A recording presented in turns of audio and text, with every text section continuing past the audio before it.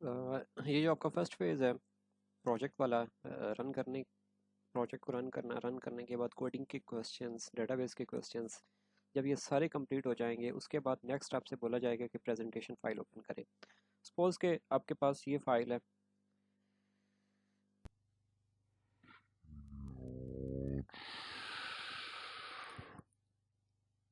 के बाद यहाँ पे आपके पास ऑप्शन आ जाएगी जूम इन, ये स्लाइड शो की, इस पे आपने क्लिक कर देना है। ये जो प्लस और माइनस का जो साइन है ना, इसके साथ आपने इसको जूम कर देना है।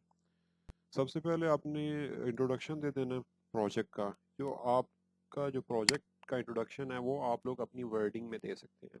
अब ये जो इंग्लिश लिखी हुई इसी को ट्रांसलेट करके आप लोग अपनी वर्डिंग में बता सकते हैं। ज़रूरी नहीं है कि जस्ट आपने इंग्लिश में ही प्रेजेंटेशन देनी है, उर्दू में दे सकते हैं, ये आपकी अपनी चॉइस है। उसके बाद जी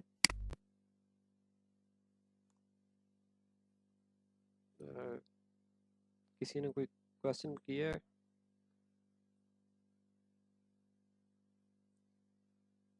उसके बाद जो है वो आपके पास जो फर्स्ट डायग्राम आती है इंट्रोडक्शन के बाद, वो वीयू प्रोसेस मॉडल की है।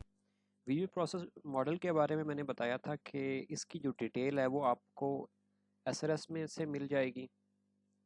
Model and spiral model is called Vu process model. उसके बाद ये जो आपके पास स्टेप्स इसके शो हो रहे हैं कि इसमें जो फर्स्ट स्टेप है ये रिक्वायरमेंट डेफिनेशन का है, उसके बाद सिस्टम एंड सॉफ्टवेयर डिज़ाइन का है। यार कि पहला रिक्वायरमेंट डेफिनेशन का स्टेप होगा, सिस्टम एंड सॉफ्टवेयर डिज़ाइनिंग का। ये जो फर्स्ट स्टेप है ये आपका उसकी सॉफ्टवेयर की रिक्वायरमेंट्स के हवाले से होता है। इसमें आप लोग अपनी वर्डिंग में बता देते हैं कि जब भी कोई प्रोजेक्ट बनाया जाता है तो सबसे पहले उसकी रिक्वायरमेंट्स का एनालिसिस किया जाता है, और उसके बाद फिर उसके ऊपर पूरी प्लानिंग की जाती है कि इसके लिए कॉस्ट कितनी हो सकती है, इसके लिए टाइम ड्यूरेशन कितना रिक्वायर्ड होगा। उसके बाद फिर आगे उसकी डिज़ाइनिंग देखी जाती है कि इसमें क्या क्या कौन सा डिज़ाइन जो है ना वो फाइनल किया जाए। पूरा उसका लेआउट तैयार किया जाता है डिज़ाइन फेज़ में। जैसे आपका एसआरएस है तो एसआरएस को भी सॉफ्टवेयर रिक्वायरमेंट स्पेसिफिकेशन बोला जाता है, जिसमें आप एनालिसिस करते हैं अपनी रिक्वायरमेंट्स को। उसके बाद दूसरा डिज़ाइन डॉक्यूमेंट होता है कि जिसमें आपका जो प्रोजेक्ट है उसका आप लोग डिज़ाइन तैयार करते हो। और थर्ड नंबर पे आपका कि आपकी डेवलपमेंट आती है, जिसके अंदर ये होता है कि जो आपका डिज़ाइन अप्रूव हुआ होता है उसको आप फिर डेवलप करते हो। और जब आपकी डेवलपमेंट कंप्लीट हो जाती है तो नेक्स्ट फिर आपका जो फेज़ आता है वो टेस्टिंग का होता है। उसमें अगर कोई हमें इसमें वेरिएशंस आती हैं या कोई अपडेट्स आती हैं तो वो दोबारा उसी तरह से वापस चला जाता है कि नई रिक्वायरमेंट्स को गैदर किया जाता है और फिर नया डिज़ाइन तैयार करके और आगे फिर उसको दोबारा डेवलप किया जाता है। और अगर आप का ये डन हो जाता है तो फिर वो आगे लास्ट एक्सेप्टेंस पे चला जाता है। तो ये जो सारा साइकिल हमारा कहलाता है, ये इसको हम वीयू प्रोसेस मॉडल बोलते हैं। इसमें अमूमन दो किस्म के टपोलॉजी ये मेथोडोलॉजीज हम यूज़ करते हैं। एक वाटरफॉल मॉडल को यूज़ करते हैं और एक स्पाइरल मॉडल को यूज़ करते हैं। जो तो यूज़ होती है वाटरफॉल मॉडल, ये वो चलता है फॉरवर्ड बेस के ऊपर, और जो स्पाइरल मॉडल होता है ये रिवर्स बेस पे चलता है। अब यहाँ पे क्वेश्चन ये होता है, सुपरवाइज़र आपसे पूछते हैं कि वीडियो प्रोसेस मॉडल को ही क्यों यूज़ किया जा रहा है।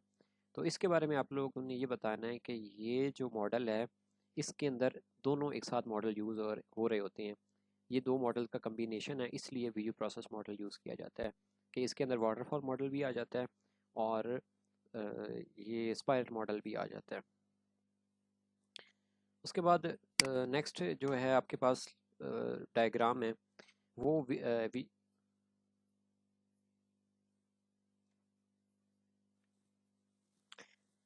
बिल्कुल जाया जा सकता है, क्योंकि जब आप एक ऐसे मॉडल को यूज़ कर रहे हैं जो दोनों का कम्बिनेशन, दो मॉडल का कम्बिनेशन है, तो लिहाजा जब फर्स्ट पे ही रुके हैं तो फिर वापस उधर से भी जाया जा सकता है।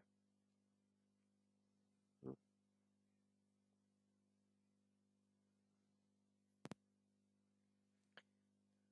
नहीं, वो डेवलपमेंट के बाद वापस जाया जाता है।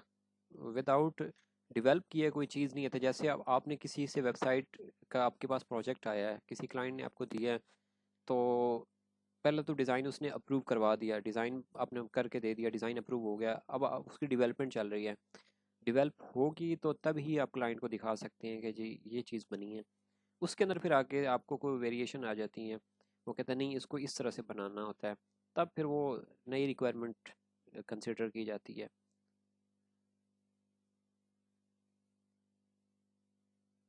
इसमें ये तो मैं अपनी वर्डिंग में आपको बता रहा हूँ, बाकी इसके अंदर ये जो स्टेप्स दिए गए हैं इस डायग्राम के अकॉर्डिंग, डायग्राम इसकी डिफरेंट भी होती हैं। जो आपके पास डायग्राम है मे बी ये यही हो आपके पास भी। तो इसके अंदर फर्स्ट रिक्वायरमेंट्स का है, दूसरा सिस्टम और डिज़ाइन का है, तीसरा इम्प्लीमेंटेशन और यूनिट टेस्टिंग का है, चौथा इंटीग्रेशन और सिस्टम टेस्टिंग मतलब इंटीग्रेशन का आ जाता है, और लास्ट पे जो है वो ऑपरेशन एंड मेंटेनेंस का है। मतलब कि आप कोई चीज़ वेबसाइट जब आप बनाते हो और उसके बाद फिर मज़ीद उसकी मेंटेनेंस भी चलती है।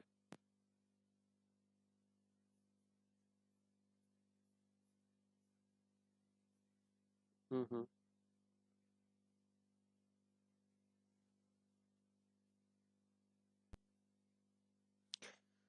जब तो इम्प्लीमेंटेशन चल रही होती है ना, मतलब आप डेवलपमेंट फेज़ में होती हैं, तब तो कर सकते हैं, रिक्वायरमेंट्स इन्हांस हो सकती हैं ड्यूरिंग डेवलपमेंट। जब फाइनल हो जाती हैं तब फिर उसके लिए अलग से एसआरएस बनता है, मतलब अलग से रिक्वायरमेंट्स का वो एनालिसिस किया जाता है। लेकिन जब तक डेवलपमेंट चल रही होती है तब फिर वो पहले वाले फेज़ में ही कंसिडर किया जाता है।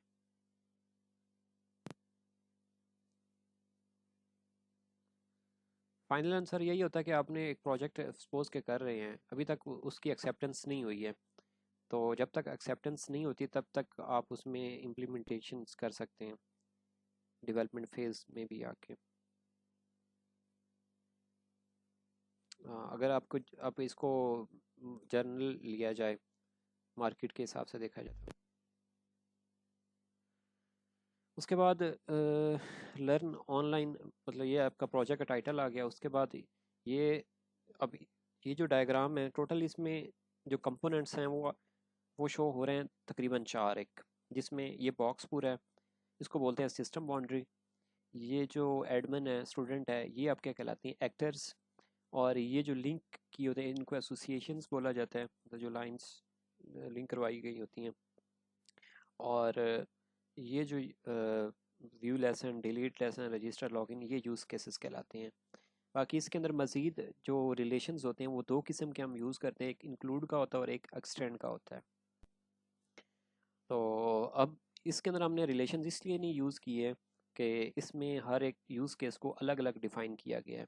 अभी अगर आपसे ये क्वेश्चन किया किया जाए कि आपने ये जो डायग्राम बनाई है इसके अंदर आपने रिलेशंस क्यों नहीं लगाए, तो वहाँ पे आप लोग फिर ये आंसर कर सकते हैं कि इसके अंदर हर एक यूज़ को अलग अलग डिफ़ाइन किया गया। जैसे कि व्यू लेसन का है, उसके बाद फिर delete lesson, add question, edit question, delete question, ये सेपरेट डिफ़ाइन हुए हैं, इसलिए इसके अंदर जो है ना वो रिलेशंस नहीं लगे हुए।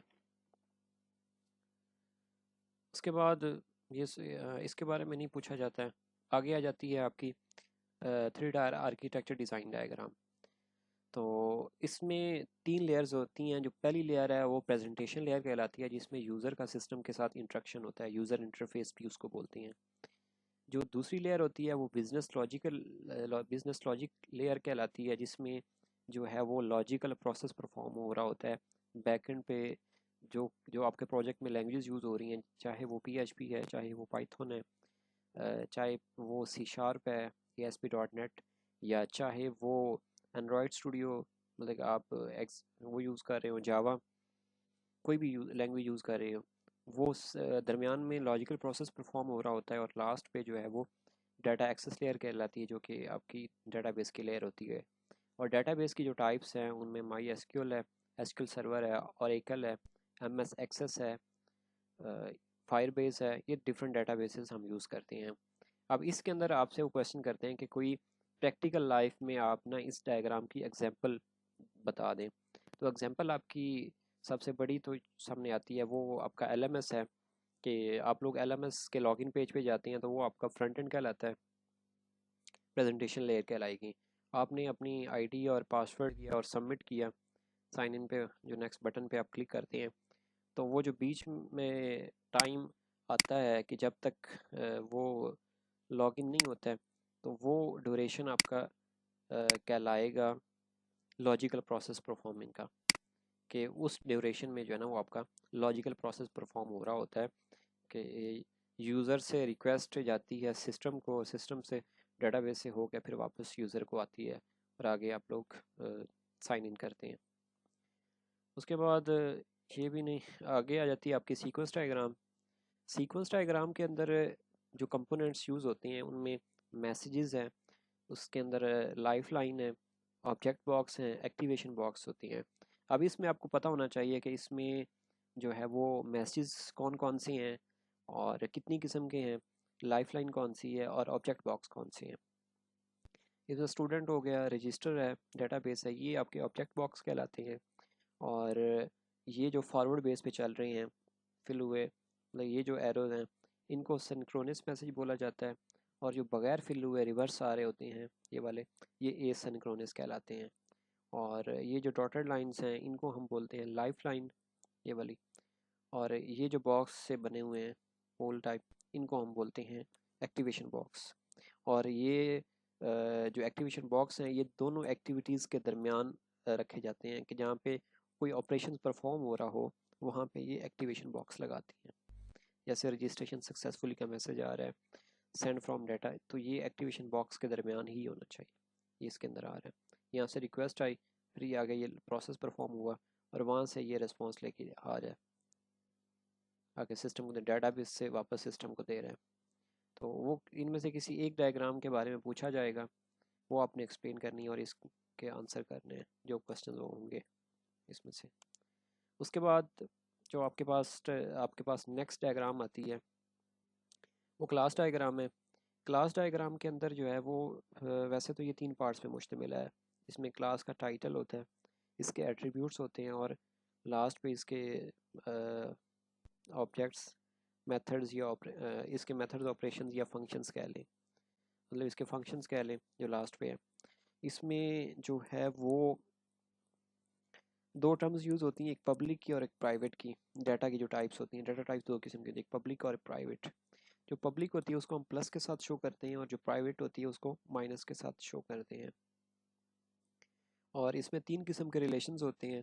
एक इसमें होता है एसोसिएशन का, और जो दूसरा होता है वो कंपोजिशन का होता है, और तीसरा एग्रीगेशन का होता है।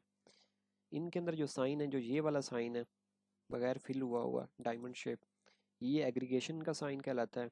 और ये जो फिल हुआ होता है ये कंपोजिशन का कहलाता है। और जो इस तरह के एरो वाले हों या सिंगल लाइन वाले हों वो एसोसिएशंस के साइन होते हैं। बाकी इनकी जो टेक्निकली जो डेफिनेशंस हैं वो आप चैट जीपीटी से भी देख सकते हैं या आप गूगल भी कर दें, तो एज इट इज़ आपने इन रिलेशंस की डेफिनेशंस भी सुनानी होती हैं। उस उनकी कोई जनरल एग्जांपल नहीं है, वो आपको एज इट इज़ ही बतानी पड़ती हैं, जो कह लें कि रटा सिस्टम ही होता है। उसके बाद आपके पास आ जाती है ईआरडी, एंटिटी रिलेशनशिप डायग्राम। इसके अंदर डिफरेंट एंटिटीज़ हैं, लाइक एडमिन है, लेसन है, स्टूडेंट है, क्वेश्चन है, क्विज है, स्कोर है, ये आपकी एंटिटीज़ कहलाती हैं। हर एंटिटी, जब भी कोई भी दो एंटिटीज़ हों उनके दरमियान रिलेशन लाजमी होता है। रिलेशंस की कुछ टाइप्स हैं, one to many, many to many, one to one, zero to many, zero to one, इस तरह के जो है ना वो कुछ रिलेशंस होते हैं। और इसमें दो टर्म्स यूज़ होती हैं, एक कॉर्डिनलिटी की और एक मोडेलिटी के लिए। इनमें से एक जो टर्म यूज़ होती है वो ज़ीरो के लिए होती है और एक यूज़ होती है वन के लिए। वो कंफर्म कीजिएगा, इस इनका जो है वो बताया भी गया है उसमें नोट्स के अंदर भी। अब मुझे मेरे ज़हन में नहीं आ रहा है कि एग्जैक्ट कॉर्डिनलिटी की क्या पहचान है और मोडेलिटी की क्या पहचान है। और कोई भी एंटिटी है उसके एट्रीब्यूट्स होते हैं और उनमें से एक एट्रीब्यूट को हम एज ए प्राइमरी की रखते हैं। और प्राइमरी की पहचान ये होती है कि उसके नीचे अंडरलाइन होती है, जैसे ये स्टूडेंट आईडी, ये अंडरलाइन है, ये स्कोर आईडी हो गई, उसके बाद ये लेसन आईडी है। तो ये प्राइमरी की हम इसको कंसीडर करते हैं इस एट्रीब्यूट को। बाकी जो हैं वो ये वाले एट्रीब्यूट्स होते हैं। और ये जो डायमंड शेप में आपको ये वाले शो कर रहे हैं, ये वाले ये रिलेशंस कहलाते हैं। और ये जो अगर सिंगल लाइन के साथ हो, जैसे ये है, इसके साथ सिंगल है और इसके साथ ये थ्री अगर लाइन छोटी छोटी लगी हुई है, ये मैनी के लिए होता है, और ये सिंगल वाला ये वन के लिए होता है, वन टू मैनी के रिलेशन को शो कर रहा होता है। उसके बाद आपके पास जो लास्ट डायग्राम आती है वो डेटाबेस डायग्राम है। डेटाबेस डायग्राम का कॉन्सेप्ट वही है जो PHP माई एडमिन के अंदर हम लेते हैं, कि इसमें टेबल्स हैं और टेबल्स के कॉलम्स होते हैं, कॉलम्स की फिर आगे टाइप्स होती हैं और टाइप्स की फिर आगे वैल्यूज़ होती हैं या लेंथ होती है। टोटल इसके अंदर हम दो किस्म की कीज़ यूज़ करते हैं डेटाबेस के अंदर, एक प्राइमरी की होती है और एक फॉरेन की होती है। PK जो है ये प्राइमरी की कहलाती है और FK जो है ये फॉरेन की कहलाती है। और फॉरेन की जो शॉर्ट डेफिनेशन है वो ये बनती है कि अगर एक टेबल की प्राइमरी की को दूसरे टेबल की प्राइमरी की के साथ लिंक कर दिया जाए तो वो फॉरेन की कहलाएगा। और इसके अंदर आपके पास जो है वो एडमिन नेम, एडमिन ईमेल, ये आपके कॉलम्स नेम आगे ये वारचार, ये इसकी डाटा टाइप होती है, करेक्ट।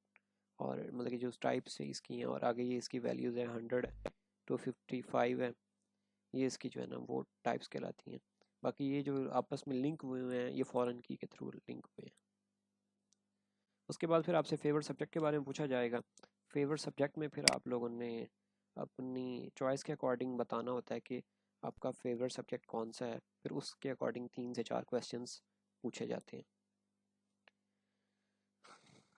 क्लास डायग्राम को दोबारा डिफाइन कर दूं। क्लास डायग्राम में टोटल 3 किस्म के रिलेशंस होते हैं, एक एसोसिएशन का, दूसरा एग्रीगेशन का और तीसरा जो है वो कंपोजिशन का होता है। 3 पार्ट्स में मुश्तमिल है ये। पहला क्लास टाइटल होता है, दूसरा जो है वो इसके एट्रीब्यूट्स होते हैं और जो तीसरा है वो इसके मेथड्स होते हैं या ऑपरेशंस कह लें, जिन जिनके साथ जो है ना वो आपस में आप डिफरेंट क्लासेस का को लिंक करते हैं डिफरेंट रिलेशंस के साथ। वो डिपेंड करता है कि एसोसिएशन का भी है और कंपोजिशन का या एग्रीगेशन का। मज़ीद ये जो तीनों रिलेशंस हैं इनकी आप लोगों ने डेफिनेशन लाजमी ChatGPT से देखनी है या गूगल कर लें, वो मोस्ट इंपॉर्टेंट है कि उसमें फिर आपको मज़ीद डिटेल इसकी मिल जाएगी। और इसी तरह से ERD है, ERD के अंदर एंटिटीज़ होती हैं। अगर आपसे पूछते हैं कि अगर वो कहते हैं कि ये कोई सी जर्नल एग्जांपल दे दें या इनकी आप यूं एग्जांपल दे दें कि तीनों में डिफरेंस क्या है, कि क्लास डायग्राम में क्या डिफरेंस है और ये डेटाबेस में क्या डिफरेंस है और ERD के अंदर क्या डिफरेंस है। अगर वो कहते हैं कि तीनों का डिफरेंस बयान करें तो आप ये भी बता सकते हैं कि ERD के अंदर एंटिटीज़ होती हैं, क्लास डायग्राम में क्लासेस होती हैं और डेटाबेस डायग्राम में टेबल्स होती हैं। उधर ERD हम एज ए एंटिटीज़ आपस में लिंक करते हैं, मतलब जो फंक्शनैलिटी है एज ए एंटिटीज़ की शो करवाते हैं रिलेशंस के साथ। और क्लास डायग्राम के अंदर हम क्लासेस बना के शो करवाते हैं आपस में रिलेशंस डिफाइन करके। और डेटाबेस डायग्राम में हम टेबल्स बना के उनके आपस में रिलेशंस जो है ना वो फॉरेन की के थ्रू शो करवाते हैं। ये इनमें डिफरेंस है। और सीक्वेंस डायग्राम जो होती है उसमें वो आपका एक जो आपका एक क्या उसको कहते हैं कि जो डैशबोर्ड होता है या एक जो आपकी फंक्शनल रिक्वायरमेंट होती है वो उसको डिफाइन कर रही होती है, जैसे लॉग इन किया, लॉग आउट किया, ऐड रिकॉर्ड, डिलीट रिकॉर्ड। ये वो एक एक जो सीक्वेंस डायग्राम जो अलग अलग डिफाइन की गई वो आपकी फंक्शन रिक्वायरमेंट को डिफाइन की गई हैं। और सीक्वेंस डायग्राम जो है उसके अंदर मल्टीपल भी टास्क आप ऐड कर सकते हैं, ज़रूरी नहीं कि आप सारे ही वन बाई वन एक एक चीज़ को करें, वो फिर बहुत लंबी डायग्राम बन जाती हैं। तो अगर आप एक पूरी एक डायग्राम भी बना दें तो फिर भी ठीक है, लेकिन अगर आप 4-5 बना के उसके अंदर ही सब के ही की रिक्वायरमेंट्स ऐड कर दें तो फिर भी वो चल जाती है। उसके बाद यूज़ केस डायग्राम आ जाती है। तो यूज़ केस डायग्राम में आपके यूज़ केसेस होते हैं, ये यूज़ केसेस आपके वही निकलते हैं जो कि आपके फंक्शन रिक्वायरमेंट्स के साथ होते हैं। और फंक्शनल रिक्वायरमेंट्स के साथ जिनका इंट्रक्शन होता है उसमें एक्टर्स होते हैं, और एक्टर्स होते हैं उन्होंने फंक्शन परफॉर्म करना होता है। एक्टर्स कौन कौन से हैं, जैसे एडमिन है, यूज़र है, सेलर है, बायर है, ये सारे आपके एक्टर्स कहलाते हैं, इन्होंने फंक्शनैलिटी परफॉर्म करवानी होती है। और फिर आगे डिपेंड करता है कि आप रिलेशंस उसमें लगाते हैं या नहीं, इंक्लूड का या एक्सटेंड का, वो आपकी अपनी चॉइस है कि डायग्राम आप उसको किस वे में बनाते हैं। और आर्किटेक्चर डिज़ाइन डायग्राम का भी इसी तरह से, वो तो मैंने आपके सामने भी रख दिया कि उसमें क्या है। उसके अलावा जब मेरा वाइवा हुआ था तो मुझसे मैम ने एक क्वेश्चन पूछा था कि आप जॉब कर रहे हैं तो इसमें आप ERD की जनरल एग्जांपल दे दें कि जो डायरेक्टर होगा डिपार्टमेंट का उसका और एम्प्लॉयज़ का आपस में रिलेशन क्या कहलाएगा ERD की रूह से। तो वो वन टू मैनी का रिलेशन कहलाएगा कि अगर एक डायरेक्टर है और फिर मल्टीपल एम्प्लॉयज़ होंगे डिपार्टमेंट के, और डिपार्टमेंट एक एंटिटी एंटिटी खैर उस तरह से नहीं है, और रिलेशंस की अगर बात करें तो आप लोग इस तरह से अपनी वर्डिंग में बता सकते हैं। डेटाबेस डायग्राम का ऐसे मैंने बताया कि इसमें आपके टेबल्स होते हैं और उन टेबल्स के दरमियान जो रिलेशंस होते हैं वो फॉरेन की के थ्रू होते हैं, और फॉरेन की जो डेफिनेशन है वो अगर एक टेबल की प्राइमरी की को दूसरे टेबल की प्राइमरी की के साथ अगर आप लिंक करते हैं तो वो फॉरेन की कहलाएगी। जी स्टूडेंट्स, क्लियर हैं ये डायग्राम्स का?